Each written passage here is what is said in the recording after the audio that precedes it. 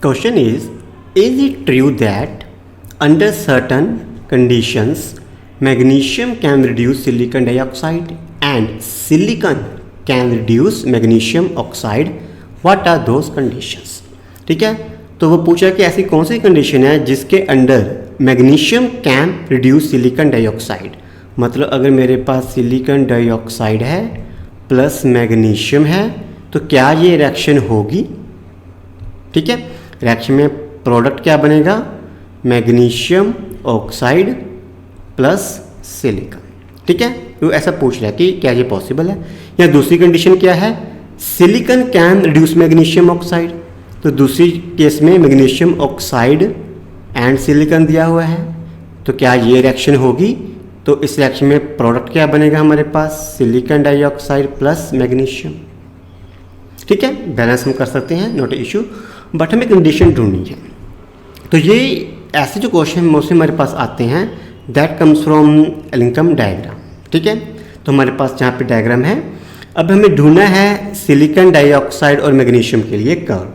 तो ये रहा मेरे पास मैग्नीशियम के लिए, ये वाला, this curve corresponds to magnesium 1।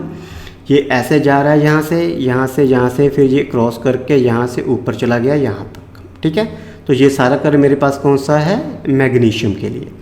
दूसरा मेरे पास सिलिकॉन, तो ये मेरे पास सिलिकॉन जा रहा है आगे, going up up up up, और ये मेरे पास कौन सा हो गया?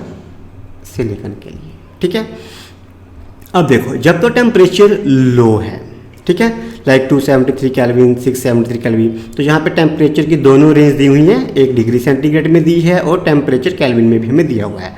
Now I am going to talk about kelvin. ठीक है, तो 273 है, 673, ऐसे करके लो टेम्परेचर रेंज है। जब तो लो टेम्परेचर रेंज है तो मैग्नीशियम ऑक्साइड की फॉर्मेशन वेरिएबल है। क्यों? बिकॉज ये जो डेल्टा जी है यहाँ पे हमें दिया, ठीक है, ये मैग्नीशियम ऑक्साइड के लिए ज़्यादा नेगेटिव है। ठीक है, it is more negative for magnesium oxide. What is delta G for formation?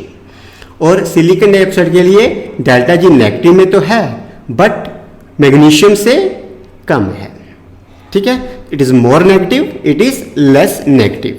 ठीक है, इसका मतलब लो टेम्परेचर पे मैग्नीशियम ऑक्साइड की फॉर्मेशन ज़्यादा फेवरेबल होगी। ओके, तो इसका मतलब क्या हुआ? एट लो टेम्परेचर, ठीक है, एट लो टेम्परेचर जो मैग्नीशियम है वो सिलिकॉन डाइऑक्साइड को रिड्यूस कर सकता है। Yes, it can reduce at low temperature range. ठीक है, at low temperature range magnesium can reduce silicon dioxide. Okay, चलो अब हम चलते हैं हाई टेम्परेचर रेंज पे। जब हमने इस पॉइंट को क्रॉस कर दिया, ये वाले पॉइंट को, ठीक है, तो अब आगे क्या हुआ?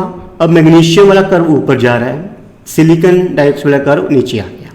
ठीक है, अब सिलिकॉन डाइऑक्साइड के लिए डेल्टा जी है, इट बिकम मोर नेगेटिव, और मैग्नीशियम ऑक्साइड के लिए delta G become less negative.